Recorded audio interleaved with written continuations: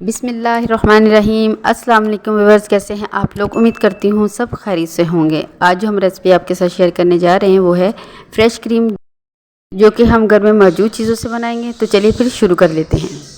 यहाँ पर हमने एक पैन रख लिया और इसमें हम डालेंगे 1 कप दूध और हाफ़ कप इसमें चीनी डालेंगे। हम इस तरह पिसी हुई चीनी ली है हमने। 2 टेबल स्पून कॉर्न स्टार्च के डालेंगे और इनको अच्छे से हम मिक्स कर लेंगे। पहले हम इसे अच्छे से इस तरह से मिक्स कर लेंगे, फिर हम इसको चूल्हे पर रख लें। अब हमने इनको चूल्हे पर रख लिया है पैन को, और इसको लो फ्लेम पर अच्छे से इस तरह से पकाएंगे। चम्मच हिलाते हुए पकाएंगे ताकि इसमें कोई भी गुठली ना बन सके। बस इस तरह से पकाते हुए इसका कलर चेंज हो चुका है, थोड़ा सा और थिक करेंगे, फिर हम इसको उतार लेंगे। तो यहाँ पर हमारा बैटर अच्छे से थिक हो चुका था। अब हम इसको एक कटोरी में डालकर इसको फ्रीज़र में रख देंगे। यहाँ पर हमने देसी घी लिया है, हाफ़ कप है, और इसको भी हमने अच्छे से फ्रीज़र में रख के ठंडा कर लिया है। बिल्कुल चिली जिस तरह से आप देख रहे हैं इतना ही ठंडा आपका घी भी होना चाहिए। आप इसको घी, बटर और नाशपाती घी के साथ भी इसको बना सकते हैं। अब हमने एक हैंड बीटर ले लिया है, इसकी मदद से हम इसको इस तरह से मिक्स करेंगे।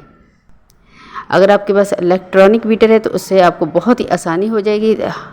हम इसको अच्छे से इसी तरह से बीट करते जाएंगे और इसका कलर चेंज होता जाएगा साथ ही साथ। और जब इसका कलर इस तरह से का फॉर्मिक वाइट ज़्यादा हो जाए और ये फॉर्मिक आ जाए, हमारे चम्मच को लगने लगे, तो हम इसमें बैटर डालेंगे जो हमने ठंडा होने के लिए रखा था। तो बैटर हमारा अच्छे से ठंडा हो चुका है। तो अब हम इसको इस तरह से इसमें डाल देते हैं। 1-1 चम्मच करेंगे और इसको बीट करते जाएंगे। हाथ रोके बगैर हमें इसको बीट करना है।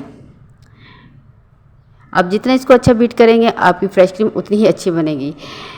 बटर और देसी घी से इसका टेस्ट बहुत ही मज़े का आता है। तो आप चाहे तो इसको नाशपाती घी से भी बना सकते हैं। तो ये देखिए हमारी फ्रेश क्रीम बन चुकी है। अब हम इसे सारा इसमें डाल देंगे और इसको फिर से मिक्स करेंगे।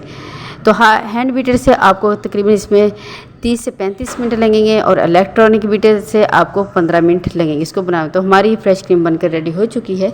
तो अब हम इसे किसी बर्तन में निकाल लेते हैं।